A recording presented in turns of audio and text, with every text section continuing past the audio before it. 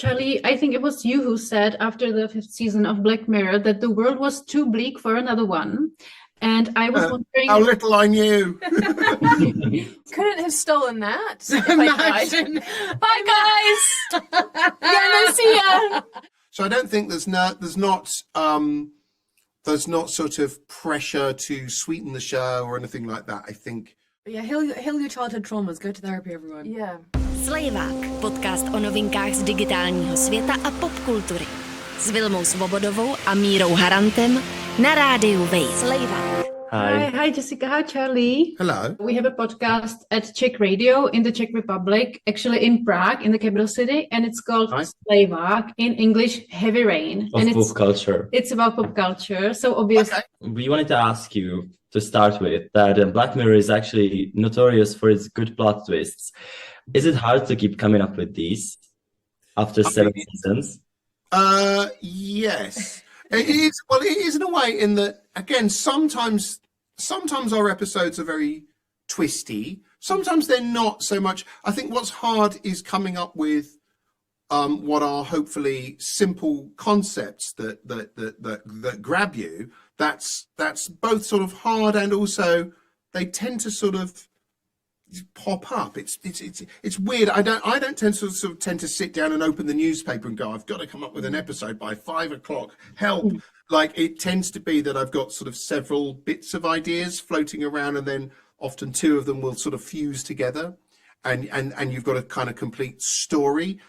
That's the difficult thing, actually, is it's one thing coming up with a concept, and it's another thing coming up with a story that helps you explore that concept. And so that's the tricky bit, is connecting those two elements. Well, and you often say it's when you actually think of the last image or the last scene that you know you're ready to do the episode, write the episode, which seems like it's related to that plot twist that you're always taken by. Yeah. I want to know almost what the final image is, because then you've got something to aim towards. Charlie, I think it was you who said after the 5th season of Black Mirror that the world was too bleak for another one. And I was wondering... How little I knew. What has changed? Did we get used to it, or do people search for even more terror? I think at the time, probably at the time I said that, I think it was like during the pandemic, and I kind of felt like then, I don't know, that there'd be an appetite for stories about societies falling apart. And I don't think these stories, our episodes this season are stories about society falling apart in a way. Some of them are bleak and some of them are disturbing. Some of them are a little more hopeful. Some of them are bittersweet. So I think just, as the world gets, can be more and more confusing and in many ways more scary, there's more of a hunger for escapism and entertainment, which, makes my job in a way easier. And also, even if it's harder living in the world, it's more stressful. One more question for you about the song Anyone Who Knows What Love Is, which appears in every season. And it's a song by Irma Thomas from the 60s.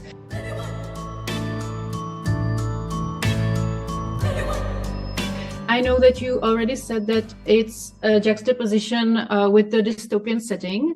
And I was wondering why this song in particular? Oh, well, it was way back in 2011 when we did an episode, 15 Million Merits, starring Daniel Kaluuya and Jessica Brown-Findlay.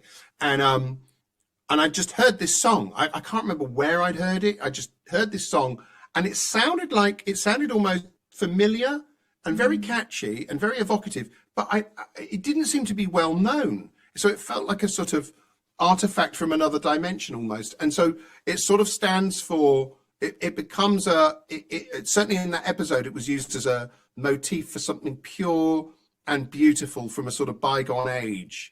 And so there's something slightly haunting about it. So we just sort of use it as a motif throughout the seasons. Again, just to give you a little frisson. And for long time, it pays off for long time fans.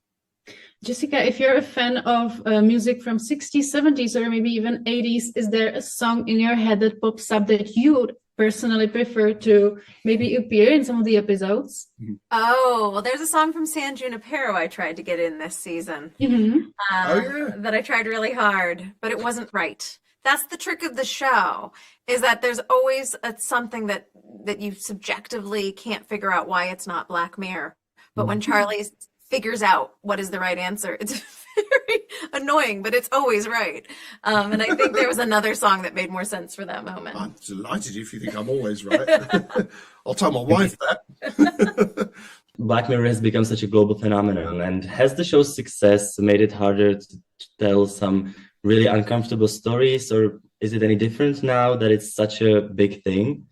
I don't think so. I think, like, certainly you can see, again, in this season, we've got a real mix. Like I say, some of them are sort of bittersweet, some of them are sad, some of them are quite almost angry or are odd and uncomfortable. I think, you know, we've got stories that the tricky thing is coming up with new scenarios in a way. And we got, like, there's an episode, Common People, this season, which I think is a different sort of story to one that we've done in the past, while also, I think, feeling very classically Black Mirror in that it's a relatively simple story about an everyday couple who encounter this sort of miraculous technology that comes at a price. So I don't think there's not sort of pressure to sweeten the show or anything like that. I think hopefully we can keep on trucking with it as long as the world will let us. Thank you so much for your time. Have a great day, Charlie and Jessica. And since our podcast is called Slejvák, keep on slaying. Keep on slaying. Oh, okay. Hey, which was your favorite of the ones you've seen? Probably the second one for me. And from the other seasons, I love the Bandersnatch, the film special. Cool. I have my fingers crossed to have another film like this again someday. Who knows? Yeah. You have a good day. Oh, do. Hi. Hi. Oh my gosh, this is so official. We are in an ugly room, and you're in such a pretty room, and you look amazing. You guys are great. You look fantastic. Tried. We tried really hard. Yeah. We're so happy to meet you. My name is Vilma. This is Míra, and we have a pop culture podcast called Slejvák. In English, it's Heavy Rain of pop culture, and we work at Czech Radio in Czech Republic in Prague. Maybe you've been or you've heard about this pretty town. I have been to Prague. I had a great time in Prague. Yeah, I went when I was like 21. I had a fantastic time. It's beautiful, yeah. Siena, you play Maria, Rosy plays Verity. Did you take a prop, anything to remember from the set? Maybe a necklace, maybe a bar of miso chocolate or something. Was it something? You should have taken food. I didn't think about that. You took a great thing. I was given the portrait that Verity has in her bedroom at the end, where she's everything of the universe. Oh, the one with the guys? Yeah. Yes, I love it. I couldn't have stolen that. Imagine. Bye, guys. Yeah, no, see ya. They're like, come back. You're like, bye. What? Yeah. I shot me out of the car. It's like, no. They gave it to me. I did get a pair of trousers. I wear nice. all the time. The pinstripe ones. The pinstripe ones, so they're good. lovely. So good. But I had to wait. I had to finish wrapping and then we wrapped, and then I had to contact the person, and then he had to get permission, then get it in the post. It was all a big deal. Wow, where are they from? They're just Urban Outfitters. Oh my god. Are you both chocolate connoisseurs? Or maybe either one of you? No, I'm not a connoisseur, but I have a sweet tooth for sure. I don't have a sweet tooth. Big sweet tooth, and I'm greedy, and I'll just eat it if it's there. Yeah, I don't have a sweet. I feel like that is my superpower. Is I don't have a sweet tooth, and I like dark chocolate. Like I'm like a good like 90%, You're lying. 94%. You do not have 94. What about 100? Oh no, that's disgusting. Too much. I've tried 100 squares. This is a show that like always sparks international conversation. And how did it feel to step into this role, knowing that the world will be like watching this, and that this will be, you know, global?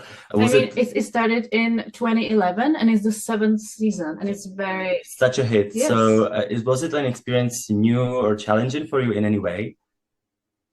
I didn't really think about it, which is interesting because like Black Mirror is one of my favorite TV shows ever. I'm such a big fan. I love it. And I just haven't thought about it. I just like not let my brain. I think I've just been like also, we're both not on social media, and I think that offers a lot of protection. If people are mean or don't like the episode or have unnecessarily cruel comments to say, we're not gonna see them. So say what you want. And you sort of don't even like share trait. You sort of forget that it's all kind of happening in a way. And apart from when you have to go to things like this, you're like, oh yeah, Black Mirror. So we were kept to, once we wrapped, we didn't know how many episodes there were. We didn't know what the rest of the cast was, what the other episodes were about. Like, we were in the dark as much as everyone else. So it wasn't like we were constantly being pulled back into the Black Mirror universe. So once we wrapped, I just stopped thinking about it. It was daunting at the beginning. At the beginning, I was like, "Oh God, this is quite a big deal." And then I had to that thought had to go, and I had to just do the work. And I was like, "I'll just do the job as best I can." Yeah, my brain hasn't. I think my brain's protecting me, and it's not allowed me to like overthink it. Yeah. Cheers, brain. Well, the big theme of the episode is like of the Bête Noire episode is some sort of childhood trauma and bullying. And there's another, currently there's a big discussion that was sparked by another Netflix show, The Adolescents, about the importance of some like good school environments and talking about this. Do you think that the episode is saying something about how unresolved experiences from our youth and childhoods can still control us as adults? Wow. That's a really smart take on the episode. Thank you. I mean, it's true. I don't know if that was the intention of the episode, but it's there. That it does happen in the episode and in real life. Yeah. I think also Verity and Maria aren't the most, I hope they're believable as humans, but they're both very petty. And I actually think our episode is saying, like, having all these, like, petty feelings about things that really annoy you is okay. Like, we all have them. Obviously, don't take it to the point that they take it. But in a way, it's sort of reminding us all that we are human. And I actually find that quite refreshing. But yeah, heal your childhood traumas. Go to therapy, everyone. Yeah. I do that. I love that. Yeah. So we're in the end of the debate, but we have one more message for you. Since we're called Slejvak, we want you to keep on slaying. Oh, thank you. We will. We will. So, thank you so much for your time. Thanks, guys. Bye.